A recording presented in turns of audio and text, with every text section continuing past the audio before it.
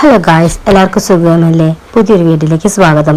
ഇന്ന് ഞങ്ങൾ ഈ ഒരു ഈവനിങ് വ്ളോഗാണ് ചെയ്യുന്നത്. ഇന്ന് വൈകുന്നേരം ഞങ്ങൾ ചായക്ക് വീട്ടിൽ കപ്പ പുഴുങ്ങിയതും മാങ്ങാ ചമ്മന്തിയായിരുന്നു. അപ്പോൾ ഞങ്ങൾ എങ്ങനെ ഉണ്ടാക്കിയതെന്നും എന്തൊക്കെ ചെയ്തതെന്നും നിങ്ങളെ കാണിച്ചു തരാമെന്ന് വിചാരിച്ചു. പക്ഷേ ആദ്യം ഒരു ക്ഷമ ചോദിക്കുകയാണ് കേട്ടോ. മാങ്ങാ ചമ്മന്തി ഉണ്ടാക്കിയ റെസിപ്പി കാണിച്ചിട്ട് ഒരു നിവർത്തിയില്ല. കാരണം അച്ഛത് ഉച്ചയ്ക്ക് ഉണ്ടാക്കിയതായിരുന്നു ചോറിന് കൂട്ടാൻ വേണ്ടിയിട്ട്. പക്ഷെ എന്നാലും എങ്ങനെ ഉണ്ടാക്കിയെന്നൊന്നും വളരെ പെട്ടെന്ന് ഞാൻ പറഞ്ഞുതരാമേ.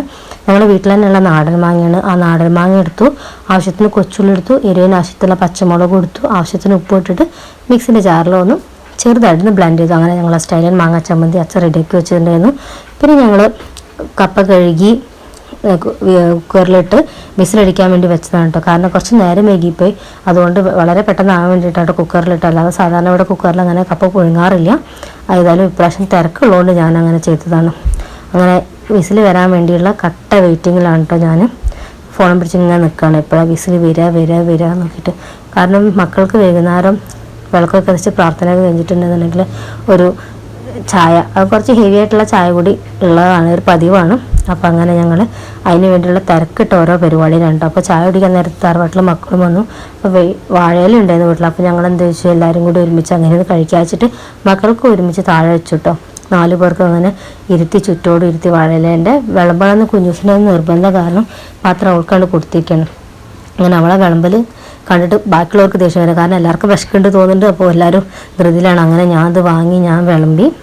അങ്ങനെ മാങ്ങാ ചമ്മന്തി 2 ആളുടെ സൈഡിലും ഇലയുടെ 2 സൈഡിലായിട്ട് എല്ലാവർക്കും കിട്ടാൻ പാകത്തിൽ അങ്ങനെ വെച്ച് കൊടുത്തു.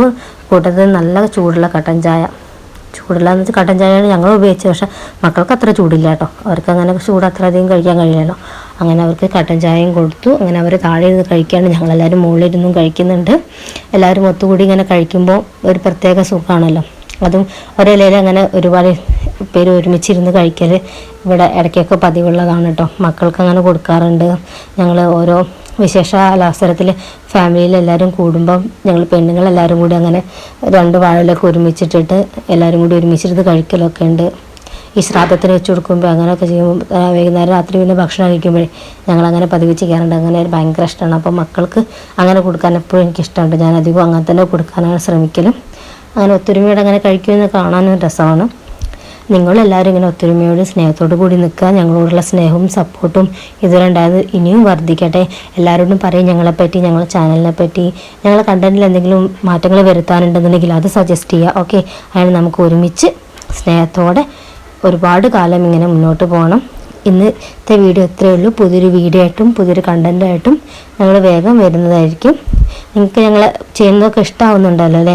വ്യൂസൊക്കെ കാണുമ്പോൾ ആ ഒരു പ്രതീക്ഷയാണ് ഞങ്ങൾക്കുള്ളത്. ഞങ്ങളെ പ്രതീക്ഷ ഇനി വരട്ടെ. Thank you so much.